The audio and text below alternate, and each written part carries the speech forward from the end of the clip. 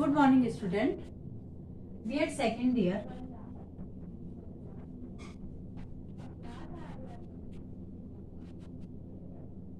अधिगम हेतु आकलन में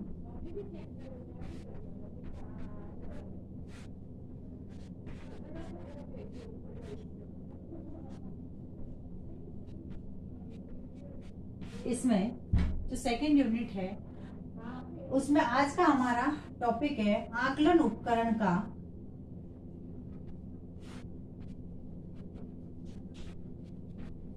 आकलन उपकरण। इसमें आज का टॉपिक है गृह कार्य।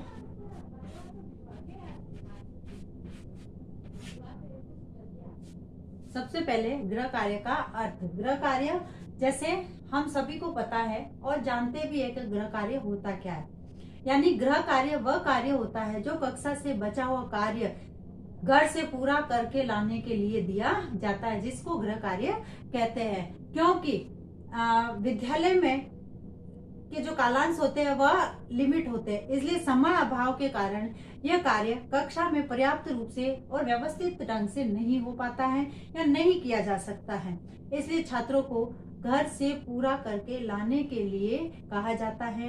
यदि व्यवहारिक दृष्टि से देखा जाए तो गृह कार्य का तात्पर्य विद्यालय से संबंधित उन समस्त शारीरिक और मानसिक विद्यालय से संबंधित उन सभी शारीरिक और मानसिक क्रियाओं से है जो मौखिक और लिखित रूप में, किस रूप में, मौखिक और लिखित रूप में अध्यापक विद्यार्थियों को घर से पूरा करके लाने के लिए छात्रों को आदेश देता है। तो इसका मतलब गृह कार्य का अर्थ हुआ समय अभाव के कारण जो शिक्षक द्वारा विद्यार्थियों को घर से पूरा करके लाने के लिए दिया जाता है वह गृह कार्य होता है। अब चाहे वो शारीरिक रूप से ले लो, मानसिक रूप से ले लो या फिर लिखित रूप में ले लो या मौखिक रूप में ले लो, सब गृह कार्य के अंतर्गत आता है। अब जब गृह कार्य दिया जाता है तो उसके उद्देश्य क्या है? गृह कार्य के उद्देश्य, सबसे पहले गृह कार्य का जो उद्देश्य है वह खाली समय का सदुपयोग करने हेतु। इससे क्या होता है? खाली समय का सदुपयोग,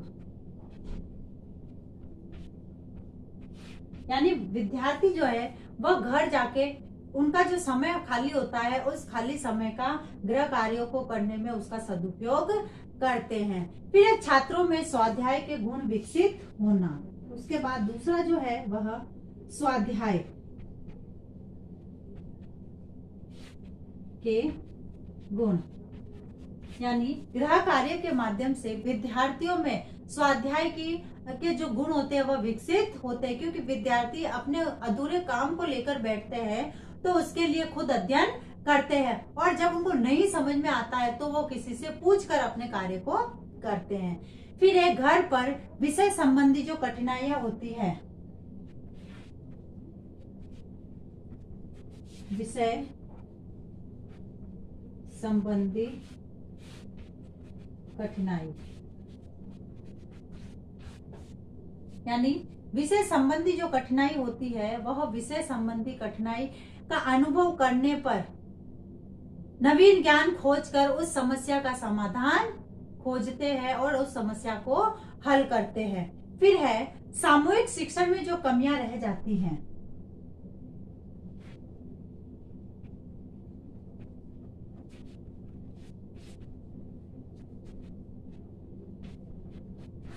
सामूहिक शिक्षण में जो कमियां रह जाती है उन्हें गृह कार्य के माध्यम से, इस कार्य के माध्यम से सुधारा जा सकता है। फिर है छात्रों में जो है दृढ़ विश्वास, आत्मविश्वास उत्पन्न हो सके जिससे कि पाठ को वह आत्मसात कर सके। क्योंकि जब विद्यार्थी किसी भी कार्य को खुद करेंगे तो उनमें एक आत्मविश्वास और दृढ़ विश्वास आएगा कि हम ये कार्य कर सकते हैं, तो उस कार्य को वह आत्मसात कर सकेंगे, याद कर सकेंगे। फिर छात्र अपनी रुचि के अनुसार कर सके, यानी गृह कार्य जो है विद्यार्थी अपनी रुचि के अनुसार कर सकता है। उसके बाद स्वतंत्र रूप से कार्य करने की आदत की शक्ति तथा पुस्तकों के माध्यम से ज्ञान में वृद्धि करने का अवसर मिलता है। यानी स्वतंत्र रूप से जब गृह कार्य करता है बालक, तो स्वतंत्र रूप से सोचने की जो शक्ति होती है वह विकसित होती है तथा पुस्तकों के माध्यम से उसके ज्ञान में वृद्धि होती है और वह अपनी समस्याओं को दूर करता है। अब जब गृह कार्य है उसकी आवश्यकता क्यों है?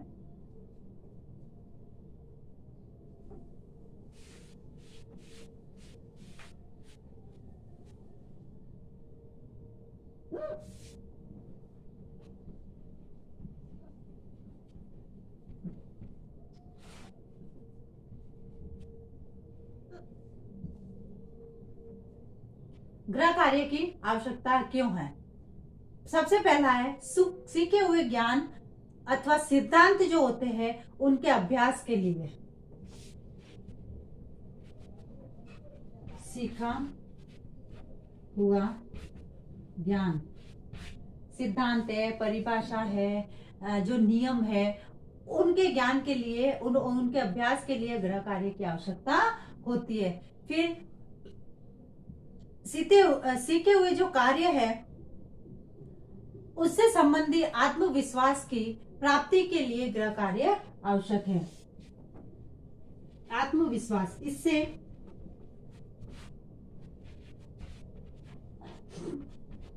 इससे विद्यार्थियों में जो है आत्मविश्वास उत्पन्न होता है कि हम इस कार्य को कर सकते हैं। उसके बाद है सीखे हुए नियमों को याद करने के लिए विद्यालय का जो वातावरण होता है वह वातावरण अनुकूल नहीं होता है। इसलिए जो गृह कार्य में जो दिया जाता है वह अपने शांत मन से तथा एकांत में जाकर और उस ज्ञान को प्राप्त करता है तथा उनको याद करता है। इसलिए सीखे हुए ज्ञान के याद करने के लिए विद्यालय का जो वातावरण है उसके अनुकूल नहीं बताया गया है। फिर है छात्र घर बैठे कुछ देर बैठकर कक्षा में पढ़ाए जाने वाले जो पाठ है उसको दोहरा सकता है, उसको याद कर सकता है। इसलिए गृह कार्य की आवश्यकता होती है। अब जो है गृह कार्य कैसे दिया जाए, कैसे दिया जाए, यानी गृह कार्य जो है किस प्रकार से दिया जाना चाहिए विद्यार्थियों को। सबसे पहले विद्यालय के कार्य की पुनरावृत्ति दी जाए, यानी जो विद्यालय में कार्य जो करवाया गया है उसकी पुनरावृत्ति को वापस गृह कार्य के अंतर्गत देना चाहिए कि विद्यालय में अभी जो कक्षा में जो कार्य करवाया गया है उसी को घर से करके लाना है। फिर व्यक्तिगत कठिनाइयों पर विचार करते हुए बालक अपनी व्यक्तिगत कठिनाइयों से घिरे रहते हैं, क्योंकि कुछ बालक ऐसे होते हैं जो विद्यालय से जाने के पश्चात उनकी जो घर की आर्थिक स्थिति किसी की कमजोर होती है या किसी की घर की परिस्थितियां उसके अनुकूल नहीं होती है, तो वह अपने माता पिता का उसमें हाथ बटाते हैं। तो इसलिए उनकी जो व्यक्तिगत कठिनाई है उस व्यक्तिगत कठिनाई को देखते हुए गृह कार्य दिया जाना चाहिए। फिर जब गृह कार्य देते हैं तो विद्यार्थियों की रुचि और उनकी योग्यता के अनुसार दिया जाना चाहिए कि कौन सा बालक को किसमें रुचि है और उसकी योग्यता के अनुसार उसको गृह कार्य देना। फिर गृह कार्य की प्रकृति कैसी, आप मौखिक रूप से दे रहे हो, लिखित रूप से दे रहे हो या किस रूप में याद करने के लिए दे रहे हो, किस रूप में बालक को गृह कार्य दिया जा रहा है। फिर छात्र जो है अध्यापक तथा अभिभावक सहयोग, गृह कार्य करने में जो है विद्यार्थी जो है छात्र तथा अभिभावकों का सहयोग ले सके। फिर छात्रों की शक्ति का उपयोग, गृह कार्य में छात्रों की शक्ति का उपयोग करते हुए उनकी शक्ति को देखते हुए उनके सामर्थ्य को देखते हुए गृह कार्य दिया जाना चाहिए। अब है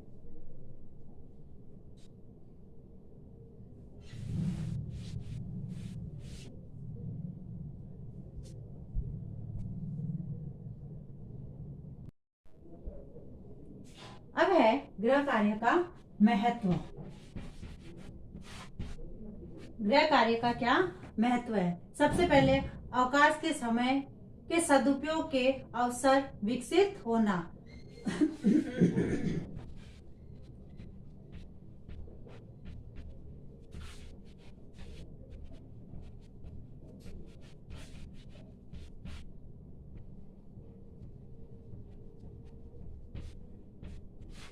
अवकाश के समय का सदुपयोग होना और योग्यता अनुसार कार्य करने के अवसर होना। इसका महत्व यानी विद्यार्थियों को उनकी योग्यता के अनुसार कार्य करने के अवसर दिए जाते हैं गृह कार्य के माध्यम से। योग्यता अनुसार कार्य करने के विद्यार्थियों को अवसर दिए जाते हैं। फिर छात्रों को इससे स्वाध्याय के लिए प्रोत्साहित किया जाता है और प्रेरणा दी जाती है, जिससे कि विद्यार्थी जो है घर जाकर खुद ब खुद उस जो है शिक्षण कार्य करे या पढ़ सके। फिर है सामूहिक शिक्षा के दोषों का निवारण करने में, यानी सामूहिक शिक्षा में जो दोष होते हैं उन दोषों का निवारण गृह कार्य के माध्यम से किया जा सकता है। फिर आत्मविश्वास की भावना का विकास करने में, विद्यार्थियों में आत्मविश्वास की भावना का विकास करने में, क्योंकि बालक जब किसी कार्य को खुद करते हैं तो उनमें आत्मविश्वास की भावना का विकास होता है। उसके बाद है स्वतंत्र चिंतन की भावना का विकास करना। इसके माध्यम से बालक स्वतंत्र चिंतन करते, सोचते हैं और स्वतंत्र चिंतन की भावना का विकास उनके अंदर होता है। फिर व्यवस्थित रूप से कार्य करने की आदत का निर्माण इसी के द्वारा किया जा सकता है। बालक जो है इसके माध्यम से व्यवस्थित रूप से कार्य करने की आदत का विकास होता है। फिर पुस्तकों के अध्ययन में रुचि का विकास करना। इसके माध्यम से बालकों में पुस्तकों को पढ़ने में और उनके अध्ययन में उनकी रुचि विकसित होती है। फिर है पुस्तकालय का उचित विधि का प्रयोग करना, यानी इसके माध्यम से जब हम विद्यार्थियों को गृह कार्य देते हैं तो बालकों में जो पुस्तकालय है उसका उचित विधि से प्रयोग करते हैं, क्योंकि वह अपना मैटर पुस्तकालय में जाकर ढूंढते हैं, इसलिए। फिर अध्यापक एवं अभिभावक के मध्य उचित संबंध होना। गृह कार्य से अध्यापक और अभिभावकों के मध्य संबंध उचित होंगे और अच्छे रहेंगे। उसके बाद आती है इसकी हानियां।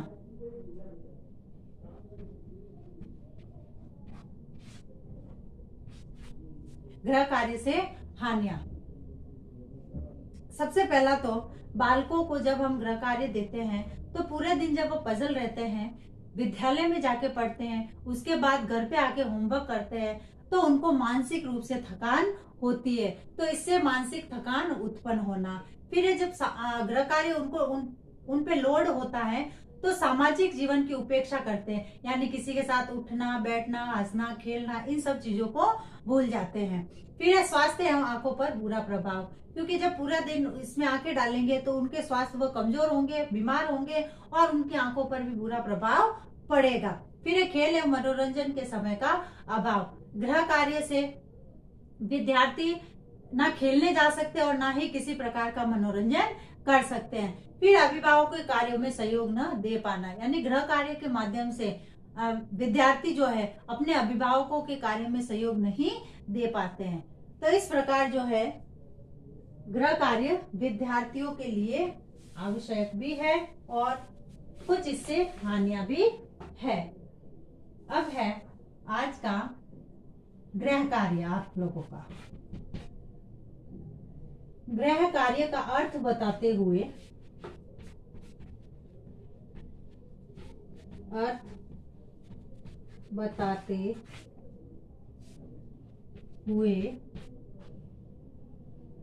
इसके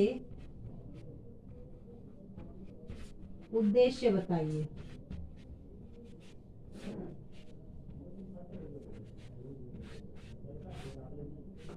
अब जैसे हम सभी जानते हैं कि वर्तमान में जो कोरोना चल रहा है वो भयंकर रूप से फैल रहा है, तथा इससे बचाव हेतु हम उपाय कर सकते हैं और उन्हीं छोटे छोटे उपायों द्वारा हम इस कोरोना जैसी महामारी से निजात पा सकते हैं। स्वस्थ रहे, सुरक्षित रहे। धन्यवाद।